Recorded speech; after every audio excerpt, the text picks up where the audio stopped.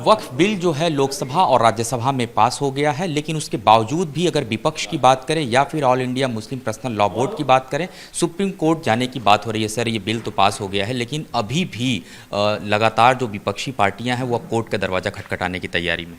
नहीं, विपक्ष का काम है विरोध करना। लोकतांत्रिक जो उसके अधिकार हैं उसको वो प्रयोग करे। लेकिन जो अगर अंतर्मन से अच्छे दिल से सोचेंगे, पॉजिटिव अप्रोच से, तो उनको लगेगा कि ये भारत के अल्पसंख्यकों के भाग्य के निर्धारण का बहुत बड़ा उपक्रम हुआ है। उनकी आर्थिक स्थिति ठीक होगी, सामाजिक स्थिति में परिवर्तन आएगा, महिलाओं के साथ में, पिछड़ों के साथ में न्याय होगा। और मैं कह सकता हूँ कि ये एक बहुत बड़ा बदलाव है।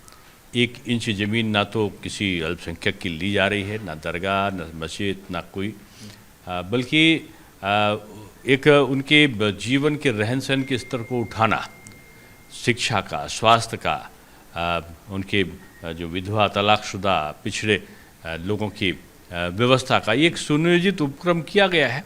एक तार्किक शक्तियों के द्वारा इसमें एक आंशिक परिवर्तन हुआ है। तो मैं कह सकता हूँ कि इसका स्वागत किया जाना चाहिए था, लेकिन विपक्ष की वोट की राजनीति है, वो इसका अपने स्तर से विरोध करते हैं। अकेले अगर बात करें सर उत्तर प्रदेश की, अगर तो लखनऊ में बहुत सारे ऐसे स्थान हैं जिनको अभी से चिन्हित करने का काम शुरू हो चुका है। क्या मानते हैं कि जो पहले चीज़ तो इसको हिंदू और मुस्लिम करके बिल्कुल नहीं देखा जाना चाहिए। मुस्लिम हमारा एक मजबूत आधार स्तंभ है और इस देश का एक सम्मानित नागरिक है। किसी की संपत्ति ले लेना ये सरकार का मन और मस्तिष्क नहीं है। इसलिए जहाँ पर अनियमितताएं हैं, जहाँ पर विवाद है, वो कैसे हल हो, उसका न्याय तार्किक तर्कसंगत हल निकल सके, इसके लिए सरकार काम करेगी। ये थोड़ी होगा कि इनकी ये ज़मीन छीन लो, उनकी वो ज़मीन छीन लो। इसके लिए थोड़ी वक्फ का संशोधन है।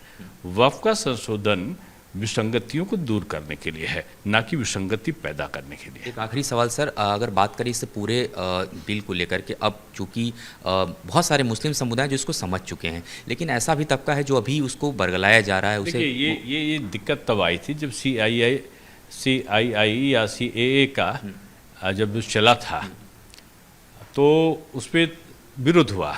370 और 35A को हटाने के बाद तो विरोध हुआ और ये कहा कि इसमें विभाजन हो जाएगा, मुस्लिम को आघात पहुंचेगा। लेकिन सब कुछ तो जैसा का तैसा रहा। और आज जहां पर हाथ में पत्थर थे वहां कंप्यूटर है, वहां पर रोजगार है।